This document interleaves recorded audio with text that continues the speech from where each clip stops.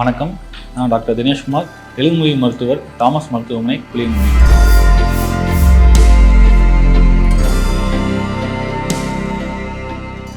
நம்ம இப்போ எல்லாருமே சம்மர் வெக்கேஷனில் இருக்கோம். குழந்தைங்களுக்கு எல்லாருக்குமே லீவு தான். அதனால் என்ன ஆகும், குழந்தைங்க எப்போயும் விளையாடிட்டே இருக்கும். குழந்தைங்களோட அடிபடுறது ரொம்ப காமனாக நடக்கக்கூடியது. ஒரு குழந்தை விளையாண்டுட்டு இருக்கும், ஒரு சின்ன ஒரு படியிலேருந்து லேசாக கீழே விழுந்துடும், இல்லை மரத்துலேருந்து லேசாக கீழே விழுந்துடும். பார்த்தோம்னா கையில் தான் முக்கால்வாசி நேரம் அடிபடும். கையில் அடிபட்டு கை வீக்கத்தோடு இருக்கும்.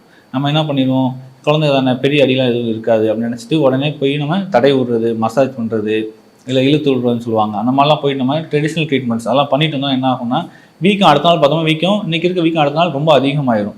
அதோட பின் விளைவுகள் என்ன வரும்னா, வீக்கம் அதிகமாகிறது மட்டும் இல்லாமல் வலி ரொம்ப ஜாஸ்தியாகிடும்.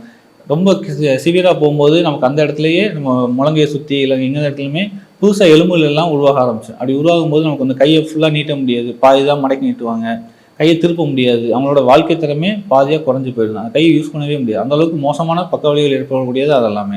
அதுக்கு நம்ம என்ன பண்ணலாம் அப்படின்னா, ஒரு அடிபட்டு ஒரு குழந்தை வருது அப்படின்னா வீட்டுக்கு வந்தோடனே கொஞ்சம் ஐஸ் வச்சு கொஞ்சம் ஒத்தனம் கொடுக்கலாம். நைட் ஆகிடுச்சு, வேறு வழி இல்லைன்னா ஐஸ் வச்சு ஒத்தனம் கொடுக்கலாம். மற்ற நேரத்தில் எப்போவுமே பக்கத்தில் எந்த ஹாஸ்பிட்டல் இருக்கோ அங்கே போய் ஒரு எக்ஸ்ரே எடுத்து பார்க்கணும். அதுக்குண்டான ப்ராப்பர் ட்ரீட்மெண்ட்டு. குழந்தைங்களுக்கு முக்கால்வாசி நேரம் 90-95% ஆப்ரேஷன் எதுவுமே தேவைப்படாது தான். எந்த மாதிரி அளவுகள் இருந்தாலும் அதுவே தன்னாலே சரியாகக்கூடியது தான். ஆனால் ஒரு சில ஒரு முழங்கையில் அடிபடும் போது, ரொம்ப மோசமாக அடிபடும் போது மட்டும்தான் ஆப்ரேஷன் தேவைப்படும். அதனால் அதுக்குள்ள ப்ராப்பரான ட்ரீட்மெண்ட் எடுக்கணும் அப்படின்னா நம்ம பக்கத்தில் டாக்டரை போய் பார்க்கணும்.